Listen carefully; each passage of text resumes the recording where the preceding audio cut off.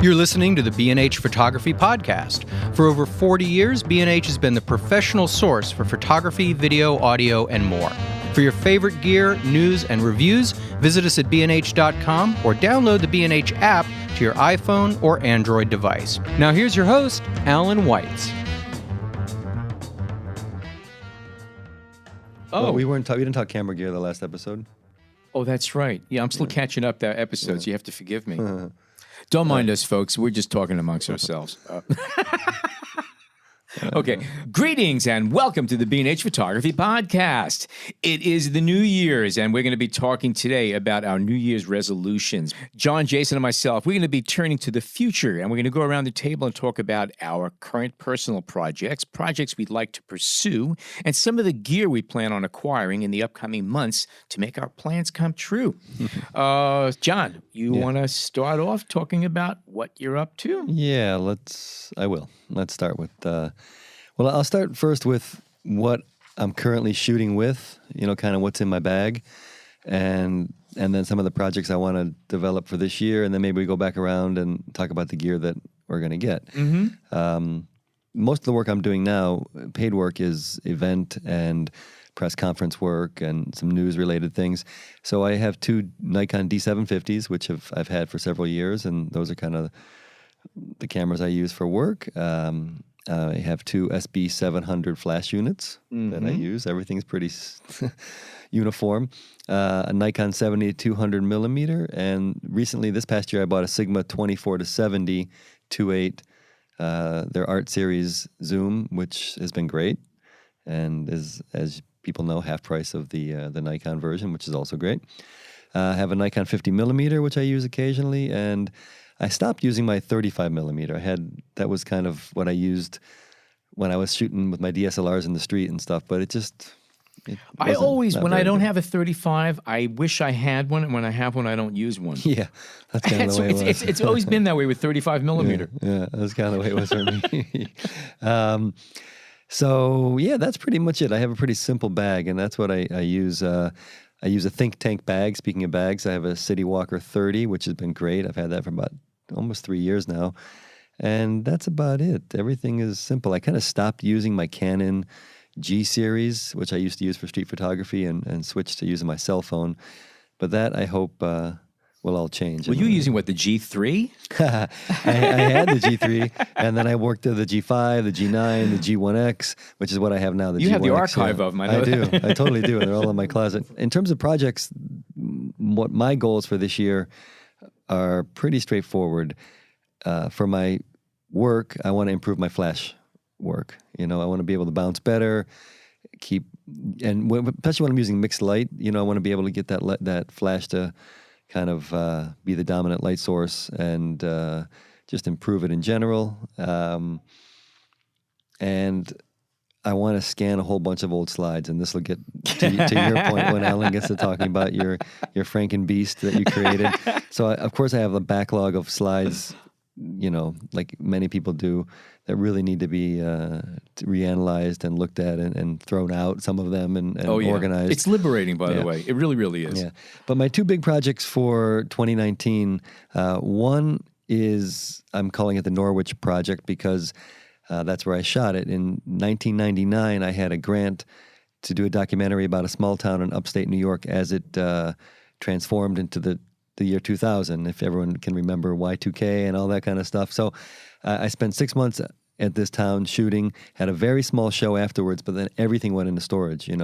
I was using medium format and 35 millimeter, so I have negs coming out the wazoo, and I really want to go back. I want to edit it with this 20-year perspective. And I remember at the time, I said to the people, I was like, this series won't even matter now because it's supposed to be looking at this town now. Who cares about what's going on now? Let's think about 20 years from now. And believe it or not, we're at 20 years. So I want to go back. I'm actually going to apply for some grants and some residencies to try to find some time to work on that project. And the most important thing I want to get back to is street photography. That was always the photography I loved the most. And over the past few years, working here and doing my evening jobs, I just kind of got out of it, Okay, now we follow each other on Instagram and everything. You're always taking pictures in the streets. How is it going to change? Well, we'll get to this more when I talk about gear, but it's just Okay. going to be more of a concentrated effort to kind of. I want to coalesce. I want to get a style. I want to shoot regularly. I don't want to wait. I don't want to be out in the street and say, "Oh, I want to get that shot," and then come back and try to come back to it another time, which of course you can never do.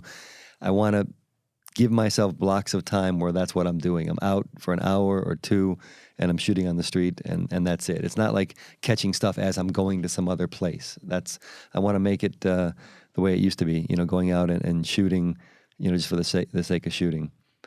So that's my resolutions for 2019. And when we come back around, I can talk about the gear I'm going to use to do that. Okay, because when we're going to hold you to all of this, by the way. Damn straight, yeah. Next year, I'll have a nice series going. Jason, you want to go next? I mean, we all know that you're a landscape photographer and doing some cityscapes now, some really interesting cityscapes. So what's 2019 going to look like for you? What's 2019 going to look? So from a project perspective? Yeah. Like, what do you want to work on? Where do you want to take your technique? Most of what I've done has been, mostly wide angle stuff. I have 14 millimeter Rokinon that I use, but I also have the Sony Zeiss 16 to 35, and most of it's been, typical wide angle landscape and cityscape stuff. When did you get that Sony? The Sony A7R II, I got it this year. No, the lens. The Sony Zeiss? Yeah. Oh, I got it when I got the A7R II. Okay. Yeah, so I had a before I was shooting Nikon, and I had a crop sensor, a D7100, and I had a Nikon 10 to 24. Anyway, a friend of mine has this apartment in Brooklyn, and it's got this like really kind of awesome, unusual view of the New York skyline from like an angle that I hadn't really seen before. There's probably just like an infinite amount of compositions you could get from this place, and not a lot of people have access to it. But it's very far. I'm going to need a much longer lens, so I actually borrowed your Nikon 70 to 200, took it out there. That's not quite long enough. I'm either going to get the Sony G Master 100 to 400, and that's like I think a 4.5 to 5.6, I think, which is good. But I do a lot of night stuff. I mean, most of what I want to do there is at night, actually. So I might end up going with the FE 70 to 200 G Master and just get the 2X teleconverter.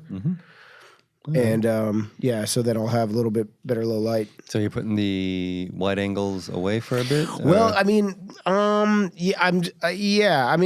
I think so. I want to do like a whole series. See, this is a kind of a cool setup because it's like this guy's it's a great apartment. And he's got like a great sound system and stuff. So you can just get in there and like blast tunes and like and shoot from the roof. and shoot from and shoot from an amazing angle with like tons of different windows to peek your lens out of. But still long exposures? Generally, yeah. I like the motion of the the city and the clouds, and I like to give my pictures kind of an ethereal sort of look. I have a whole bunch of filters that I use, so I mean I might have to get a new holder for that lens. It's a pretty wide barrel at the end of it, I think. But yeah, I mean I use the Lee little stopper 6 stop and the big stopper 10 stop. I've got a Haida polarizer that works pretty well. And you're all in on the Sony. That's it. Well, I'm getting used to it. Yeah, I'm all in on mirrorless. I love the fact that what you see is what you get at night. That to me is just game changing. Especially at night. Yeah, I agree with you about it's the that. night. Yeah, it's just the night. I mean, like the guessing game of expo. I don't even look at the meter anymore. I don't have to. It's there. You see the picture. Yeah, exactly.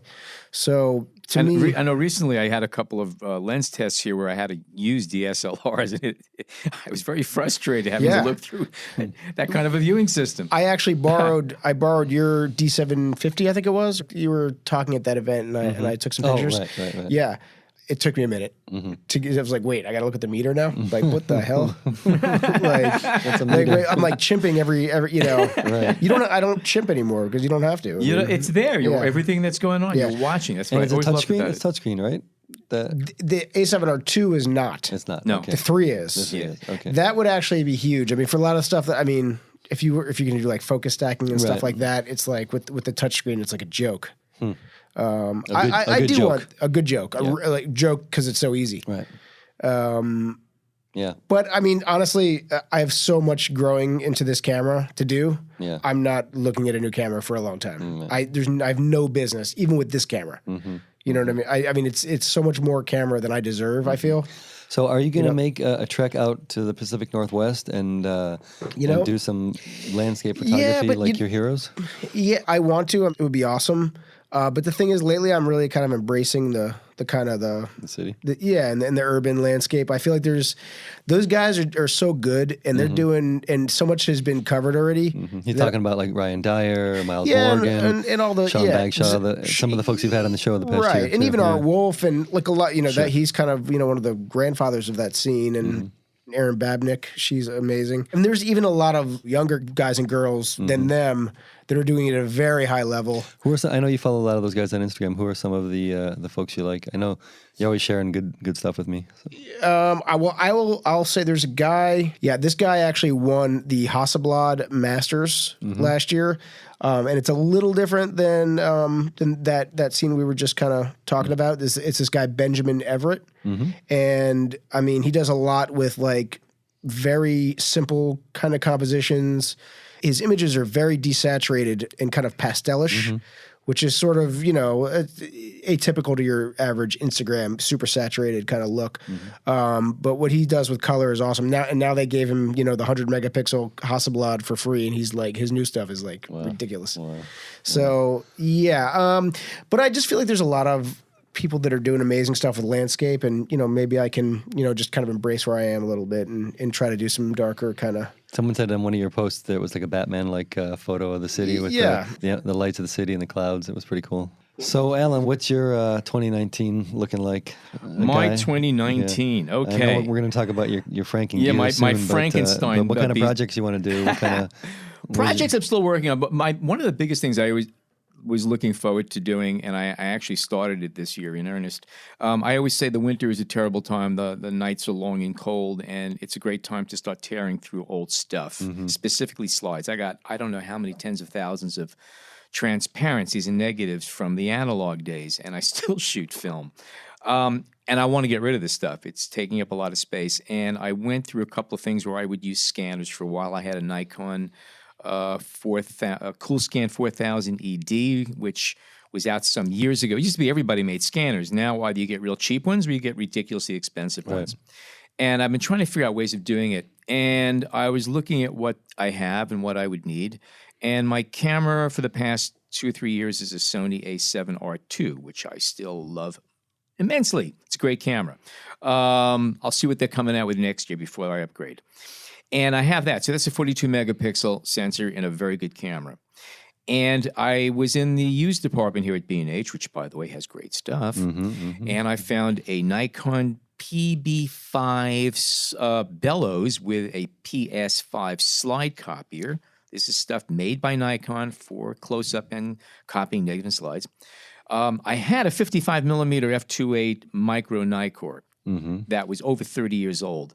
And I know it was getting a bit wobbly, and I took a good look through it with a loop and a bright light, and I realized it was like an excavation site through there. It's like you could carbon date some of the crap laying between those elements. There were like fossils in there? Oh, God, yeah. I mean, yeah, it was rough. Hair from when you used to have hair, right? Yeah, exactly. Oh, that's where it went. It's between the 7th and 8th elements. I don't even know what the other stuff is. Anyway, so I went back to the used department and at B&H, figuring I know that there's a lot of used macro lenses, and I found an open box, brand new, for $248. So for $99, I got myself a bellows and slide copier. For $248, I got a brand new micro Nikkor, which is stunning. And then he needed a light source, and I had this Bolt VM210. It's a little thing that slips onto your hot shoe, and it has 2 goosenecks that come out with little round discs with LEDs, and it goes far enough to come around to the front of the slide copy, which has a white glass on it, and it illuminates it evenly with a close to daylight. I have and I mounted the whole thing onto a Platypod Pro. I originally had a tripod, which takes up a lot of space. I have a Platypod Pro with a Benro B1 quick release head, and it sits right on my desk and right alongside the light table. And the thing is a contraption. It looks Rube Goldberg, but it works, and it's even, and it's sharp. And I'll tell you right now, I used to get 67 megabyte files out of my Nikon scanner. I'm getting now 120 megabyte. Very sharp because this lens is gorgeous. I stop it down to between 8 and 11. The resolution corner to corner is beautiful. And I, even after cropping, because what I do is I leave the edges of the slide frame in the picture just so I don't lose anything, crop it down. I still have files in excess of 100 megs. I shoot raw. I could open the shadows, play with the highlights, do everything to it. And it's stunning. And I could do it pretty quickly. It used to be for a Nikon Cool Scan several minutes for a soup to nuts scan with dust removal. Now I don't have dust removal, but it only takes me about 5 seconds to make an exposure. Everything is preset. Now, if there's retouching I have to do, that's going to add time. Right, but still. Some of them are pretty grody after all these years, some of the images, but most of them are pretty clean. Yeah. Well, take a look on the B&H website. We're going to take a picture of Allan's contraption. Oh, yeah, with some and we'll show a couple of the slides. That's definitely the top shot, right? It's my Franken slide copier. But basically, for under $600, plus my camera. And if you have a camera, you could adapt any camera to these things. And by the way, I already heard from a few friends that they have Minolta systems that are similar to this. It's easy to piece it together. And if you do have an archive of negatives and slides that you'd like to digitize, this is a really effective way of doing it. So this year's project is going to be like Rick McGinnis did, like photos that I used to take, or old photos I took. You're going to start a blog, and you're going to just this one has a good story behind it, too. They'll probably end up looking better than they would have, you know, if you just printed them regularly, because now you've got Photoshop to clean them up. No, the controls are really, really amazing. But let me tell you, one of my biggest takeaways. Now, a lot of these pictures are pictures that I know very well. Many of them have been published all over the place, and they're images that, you know, I kind of built a reputation on. And I'm looking at them now through scans, and I'm realizing that our digital cameras take much better pictures than the older film cameras. Now, I'm not saying better technically as far as resolving power and everything else. I look at files that I get out of my Sony, and I look at my Kodachromes, my top Kodachromes, and wow, it's a huge difference. I love film, especially black and white, but digital really is where it's at. Well, speaking of black and white, getting back to my hopeful project for the year, I want to shoot black and white street photography. I want to kind of go back to that real basic kind of thing. And I was trying to decide, do I want to get one of those monochrome, I do want to get one, but, you know, I'm not going to be able to afford it, needless to say. But I do want to be able to shoot straight out black and white out of the in-camera. There is a huge difference. You know, They do have an edge, but I'll tell you, I like shooting monochrome. So what I do is my Sony, I shoot JPEG and RAW. I put it into monochrome, so my viewing is monochrome. Right. And if I want the color, it's there in the RAW file. That's cool. Again, the RAW is beautiful for doing black and white. Is there a difference between that and the monochrome cameras? There is. Yeah. But yeah, you can live with it. I can live with it. Totally. And I got like $5,000 in my pocket. Like those like what is the Nick Silver? You know, I want to kind of dig a little bit deeper into some of the software and try to create some images. Yeah, that that's really a cool. Good. Yeah. I enjoy messing around with that. Nick Silver. Have you used that at all? Yeah, it's cool. Yeah. I actually just was forced to rebuy that because I don't know if you guys realize if I updated Photoshop and the free version no longer works. I don't know if you guys have of all the Nick stuff. So I know. They've done all kinds of crazy stuff. I know. Yeah, so I it's not that much though. It's like $75 for everything. And by the way, speaking about black, I think I'm convinced it's harder to do good black and white than good color. Color.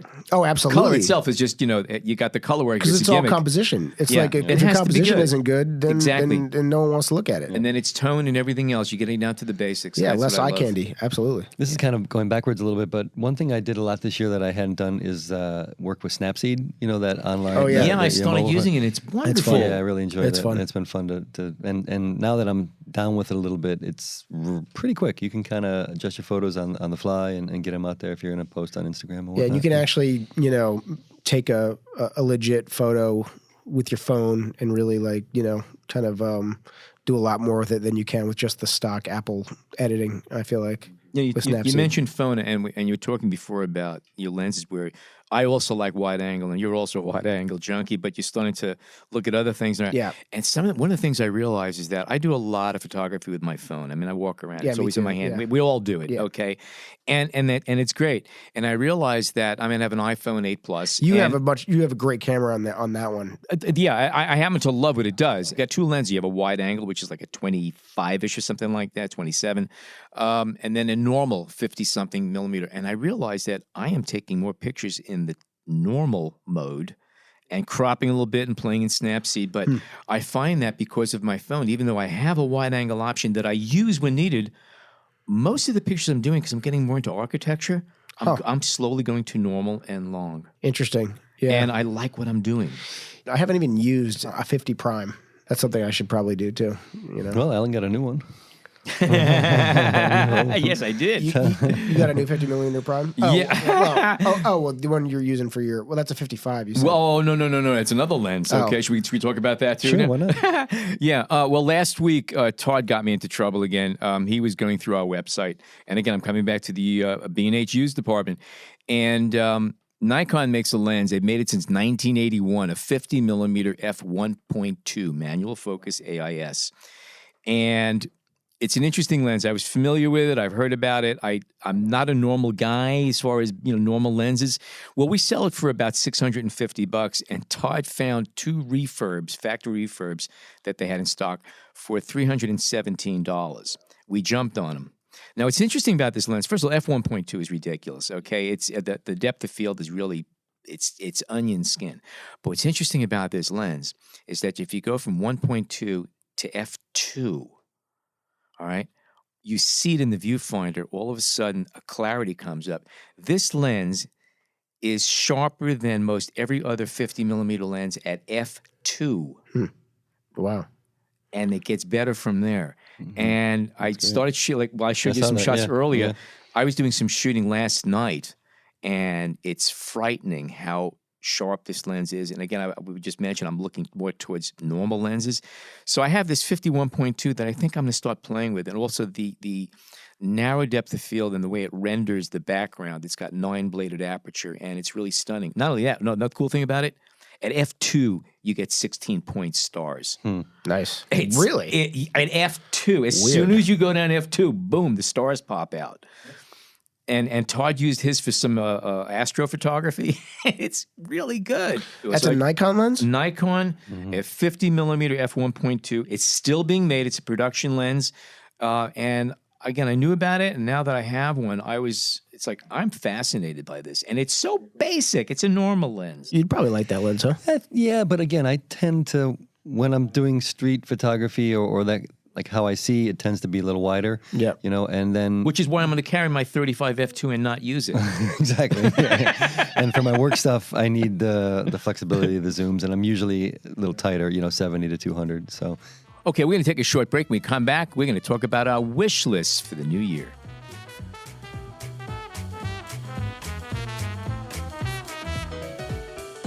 We hope you're enjoying this edition of the B&H Photography Podcast. Send us a tweet at BHPhotoVideo, hashtag BHPhotoPodcast. Okay, we are back. All right, guys, what toys are we buying now? What are we blowing up plastic on this year? Okay, well, I'll start. I'm already in the hole. Yeah, right. Well, for me, as I said earlier, it's really all about the street photography. So I want to get back out there, and I feel that the DSLRs just don't work for me when I'm out there. I don't know why. If it's a mindset of having a smaller camera. I also do like to have the screen to look at when I'm doing it, and that's what I loved about the G series Canons before. I could flip that screen up, keep it at waist level, and look down and shoot that way. Right. So the camera that was probably designed for me back, the old me, was the Fujifilm X100 series, and now they're at the X100F. So that was, and that camera, has the wide angle lens on, right? That's a fixed lens. Yeah. With 35 millimeter equivalent, and that's kind of the way I see things. So I was going to get that, but the truth is, I'm probably going to pass it over for the new Ricoh GR3. And some of that has to do with the pricing. Some of it has to do with all the good things I've heard about that new camera. It's not quite out yet. And the end of this month, it's supposed to be right. out, yeah. And it's also a smaller camera. which I'm not too concerned with, but in this case, I might be a little bit better for me. But the one thing that I do like is this 28 millimeter equivalent. Yes. So it gives me a little bit of a wider, sphere, and that'll be able to bring it. Kind of what I like to do on the street is bring in elements that wouldn't normally be together and get them in the same frame. So if I can get something crazy on this side and piece them all together, I'd be happy. So that's kind of my only new hope for this year gear-wise. I do need to get some new batteries. You've been talking about getting a Fuji for like years. I know. That camera is the X100 series was the camera that I should have had for the past 5 years or ever since it came out. And I just haven't been able to justify buying it because what I need to do is I need to re-up my lenses for work, the work gear that I needed, that D750 and stuff like that. So I think I'm going to get that GR3 and see how it goes and see if it does kind of bring back. How much is that versus the X100? Well, the X100F is $1,300 and the G3, I don't know how much it costs now, but the G2 is only about $500. It's about around $500. I don't know if there's going to be a big price change on that. They always hold it to about that price. But you don't get those Fuji colors. You don't get those Fuji colors. Well, I'll figure it out in post. But anyway, that's it for me. That's the only thing I can see myself buying this year, unless I end up also getting a better 35 millimeter from my Nikon. But we'll see. Tamron has that 35 millimeter f1.8, which is a new with a Nikon and Canon mount, and looks pretty nice. It's only about $600, so it's a possibility. But I'm pretty certain I'm going to stick with a fixed lensed point and shoot. You could go XT3 and get a 35. Yeah. No, I don't want to go back. I don't want to get another interchangeable lens system. I'm makes still sense. pretty happy with Nikon. Yeah. So Jay, what about you? Well, I talked about that 100 to 400, but yeah. So it's either going to be the G Master 70 to 200 with the 2x teleconverter or the 100 to 400. One of those two. I definitely need more than 200 millimeters for what I want to do. So also I'm in the market for a new tripod for sure. I'm using like an old Manfrotto that is not cutting it at all, especially with these longer lenses. It's just like this thing's just it's becoming an old Manfrotto. Yeah, it's kind of a limp. It's a pretty good one. Yeah, it's an old, exactly. Yeah. It's an old Manfrotto, an old limp man Frodo. So anyway, I'm going to get probably a 3-legged thing. Oh, here we go again. There you go again. Dude can't get away. Yeah.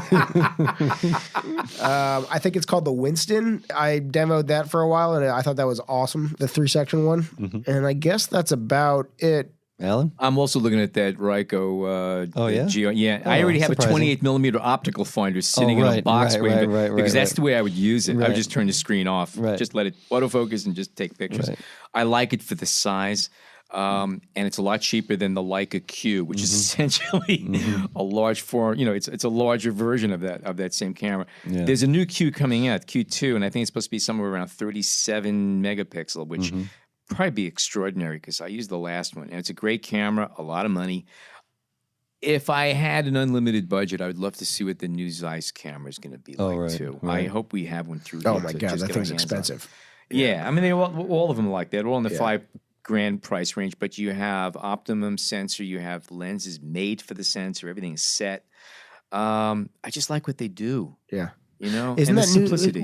That brand? Are you talking about the new Zeiss that has the fixed lens? Isn't there one? The fixed lens and the 512 gigs built into it, and the whole thing. It's got Lightroom in it, and it's everything wrapped up that you can just hold in your hands and travel and shoot pictures all over the world. I'm sure it takes great images. Otherwise, I want to get rid of some of my gear. Yeah, that was another thing. I'm going to piece together a bunch of old stuff and resell it or, sell it and use that to buy whatever I'm going to get. And I have to admit that my phone has made me reconsider a lot of the gear that I have.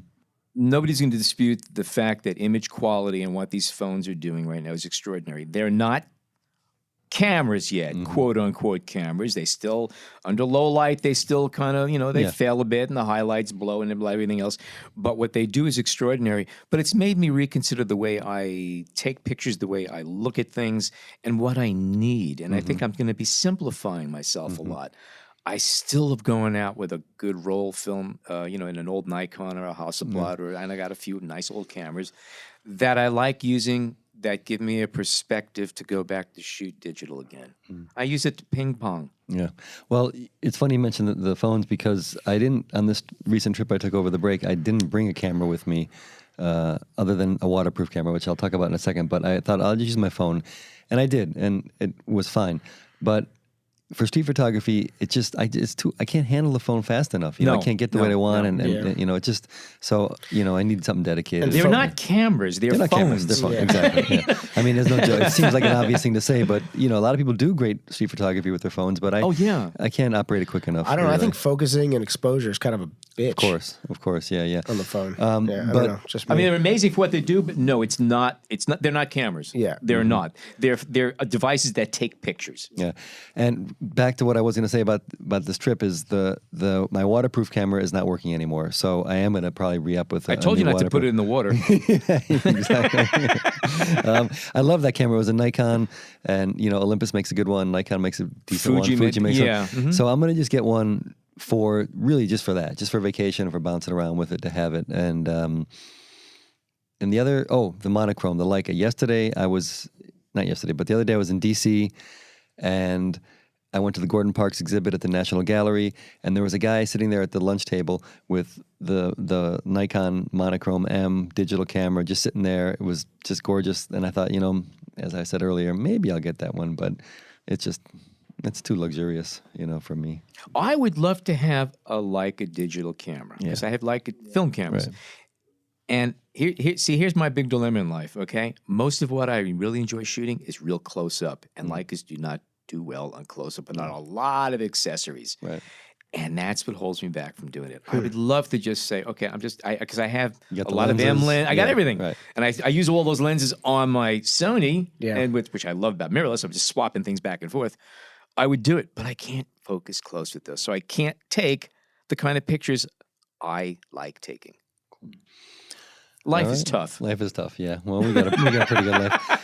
So take a look, everybody, on the B&H site and on the show notes for links to some of the gear we're talking about, and keep following our own personal There's work. a couple of pictures of the Franken-Slide copier and some slides that I actually scanned with it. You can get an idea what the quality's like. Let me also just throw out, looking forward to 2019, some of the podcasts we have scheduled. Next week, we'll be back to more of our normal type of roundtable interview podcast. Some of the shows we have coming up in the next few weeks. I'll cut this out again. Yeah. We're going to have Bill Shapiro, who's the former editor at Life magazine. He was the last, actually, editor-in-chief of Life. He's going to be on the show. Photographers Norman McGrath and Aaron Rose, legendary New York photographers, if you will. We're going to do an episode on train photography with Dennis Livesey, who was a former guest, and some other train photographers. Leslie Martin from Aperture, and that's going to be a really good show. I'm looking forward to it. And Jamel Shabazz and Michael Young, street photographer, is going to be on. So we have a lot of good episodes coming up in the next few months. And we're going to be cobbling together a show on camera builders, people who are building their own cameras. That's right. Yeah, that's going to be a good one. So we're putting that one together, too. That's going to be fun. And we have Depth of Field coming up. We're going to do some wedding photography and portrait photography. And we'll probably do another one on the What is Photography series that Corey Rice shot. And we'll have some of the photographers involved. So we got a lot of good stuff. And, of course, plenty of good recipes for the upcoming holidays. Yes. Yeah. That's It was a little late for those. Yeah. So looking forward to 2019, fourth year of the podcast. That's right, year 4. That's amazing. And thanks to everyone who's always stuck with us. Oh, and we're going to be launching a Facebook group. That's right. Finally, Ooh, yes. little social media. Yeah. From B&H here. Yes. So take a look for that, and please, interact, engage, chime in, comment, all that stuff. And remember, check on the B&H used department. They have great stuff there. All right, so goes another show. If you want more details about some of the gear that we've been talking about and see photographs of some of the things we've been discussing here, go to our show notes. And if you are not a subscriber to the B&H Photography Podcast, what are you waiting for? It is free. It is informative. It is fun. And you can subscribe to it on Apple Podcasts, Google Podcasts, Stitcher, Overcast, Spotify, and you can always find us on the B&H Explorer website. For now, on behalf of Jason, John, and myself, thank you so much for tuning in today.